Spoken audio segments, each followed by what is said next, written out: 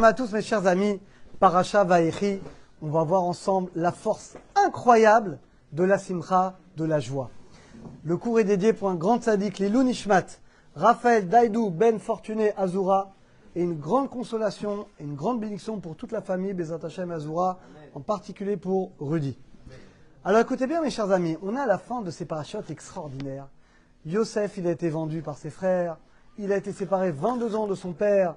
Enfin, il retrouve son père après 22 ans. Yaakov, il part en Égypte. Et là, mes chers amis, incroyable. Pendant 22 ans, Yaakov était en deuil. Il ne savait pas ce qui se passait. Et là, une fois qu'il retrouve son fils, c'est écrit Vatéchi roi Yaakov. L'esprit de Yaakov revit.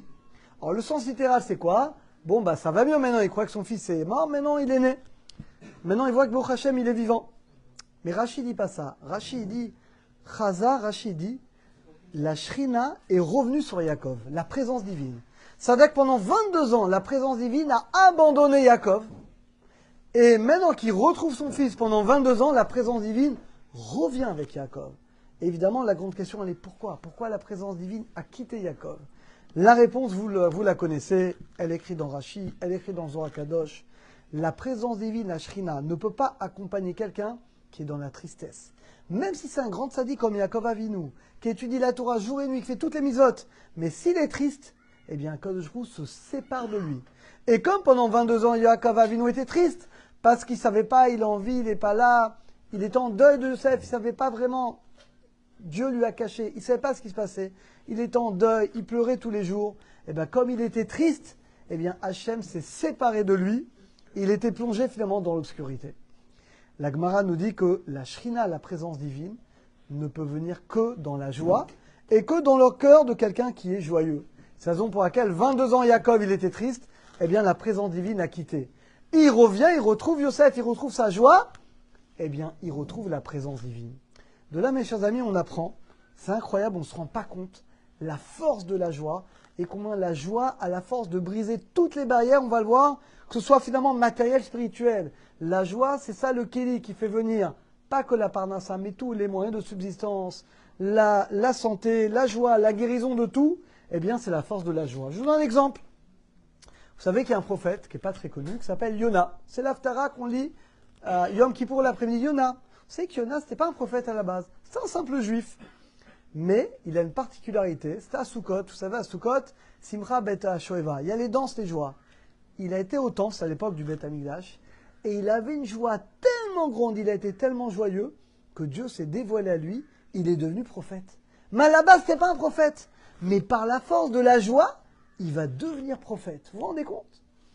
Une fois, le prophète Elisha, qui était l'élève d'Eliyahu Hanavi, il a réprimandé le roi Yoram, le fils d'Achav. Et comme il s'énervait, la présence divine l'a quitté. Il a demandé qu'on lui joue de la musique. Qu'on lui a joué de la musique, il a retrouvé sa prophétie.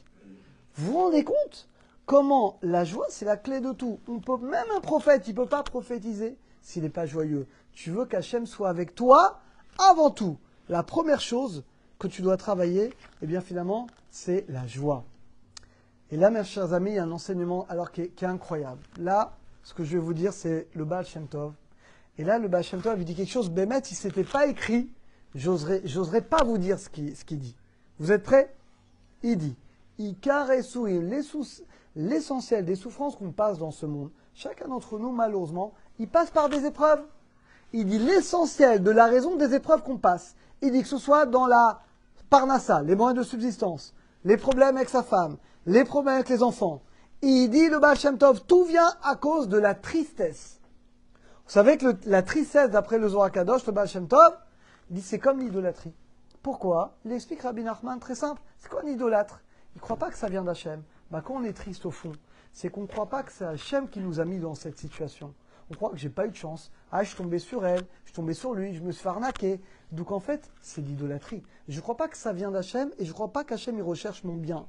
Nous dit le Baal Shem Tov, la raison des épreuves de nos vies, mes chers amis, vous entendez ce qui est écrit ici? C'est la tristesse. Le fait qu'un homme, il est trop souvent triste, il est abattu, il n'est pas bien, et c'est lui-même qui va causer dans le ciel la raison des tsarot. Il dit Rabbi Nachman de Breslev, il dit que chaque chose qui doit descendre du ciel, il faut un kéli, un ustensile. Écoutez bien. Il dit que l'ustensile pour recevoir la bracha, c'est la simcha, c'est la joie. Et l'ustensile pour recevoir les maladies, écoutez bien ce qui est écrit, c'est la tristesse et la dépression.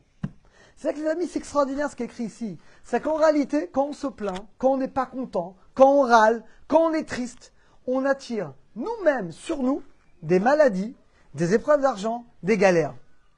Alors que quand tu souris, tu es content, tu remercies Hachem, tu es joyeux, c'est le kéli, c'est l'ustensile pour recevoir la bénédiction.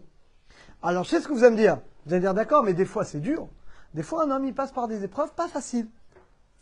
Quand tout va bien c'est facile, mais c'est pas toujours facile. Alors là il dit le Rav Yoram Abergel, écoutez bien. Quand un homme il passe par Bémet, il y a des fois des périodes dans la vie qui sont difficiles. Quelqu'un il passe par une épreuve de santé, une grosse épreuve de parnassa, une épreuve avec sa femme, avec ses enfants. Des fois des épreuves qui sont difficiles. Eh bien dans ce cas-là, quand un homme fait l'effort, malgré les épreuves qu'il a d'être joyeux, il peut sortir de toutes les galères par la joie. Où c'est écrit, c'est un pasouk dans Ishayahu, dans le 55e chapitre, c'est écrit Ki besimcha tetsehu. Avec la joie, vous sortirez. De quoi vous sortirez? Et dit l'Allemand de Gour, avec la joie, on peut sortir de toutes les galères. Rien qu'avec la joie, tu peux sortir de toutes les galères. Galère d'argent, galère de santé, galère pour se marier, celui qui n'arrive pas à se marier, galère avec les enfants. Toutes les galères, tu peux tout sortir avec la joie. Et Bémet, Rabbi Nachman de Breslev, il écrit que si un homme, il a des problèmes, mais que malgré tout, il fait l'effort d'être joyeux, il se force à être joyeux, même quand tu n'as pas envie, il dit même il va danser, il va écouter de la musique, mais que le cœur n'est pas, mais il va se forcer, il va s'obliger à être joyeux. Bah, il dit que dans ce cas-là, mesure pour mesure, étant donné que toi tu fais des efforts pour être joyeux malgré les galères que tu as, Hachem il dit bah regarde celui-là, malgré toutes les galères qu'il a, il est souriant, il est heureux, il transmet la joie alors qu'il a plein de galères. Alors Hachem il dit je vais lui donner des vraies raisons d'être heureux et il le sort de toutes ces galères. Mes chers amis, est-ce que vous vous rendez compte la clé extraordinaire, la clé de ce cours-là? Eh bien, d'où on apprend tout ça? De Yaakov Avinu. Yaakov Avinu qui est le plus grand de tous les prophètes. Tout était dévoilé devant lui. Eh bien, même lui, quand il a été triste pendant 22 ans, il a tout perdu. Dieu s'est éloigné de lui, il a perdu la prophétie, la présence divine n'était plus avec lui. Dès qu'il a retrouvé sa joie, eh bien, Baruch Hashem, il a retrouvé la présence divine. Eh bien, c'est ça, mes chers amis. Et c'est pour ça que le Rambam, dans les lois du Loulav, le Rambam, il dit, la joie qu'un homme a, il dit, c'est une obligation.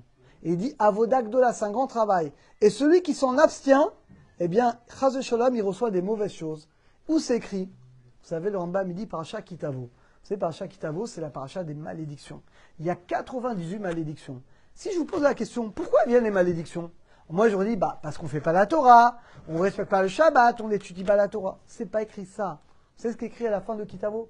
Tachat. Ashalo avatat Hashem leokecha besimcha ou betuv levav berov kol.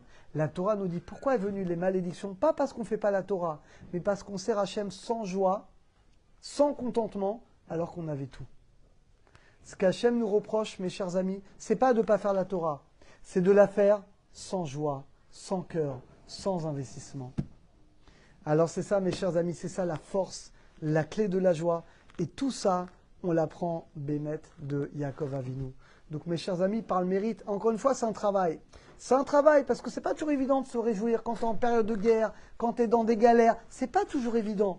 Mais c'est un travail qu'on doit tous faire. Peu importe les événements. Baruch Hashem, tu es en vie, tu es là, tu es juif, tu étudies la Torah, tu as de quoi manger. Tu dois danser de joie. Tu dois remercier Hashem jour et nuit.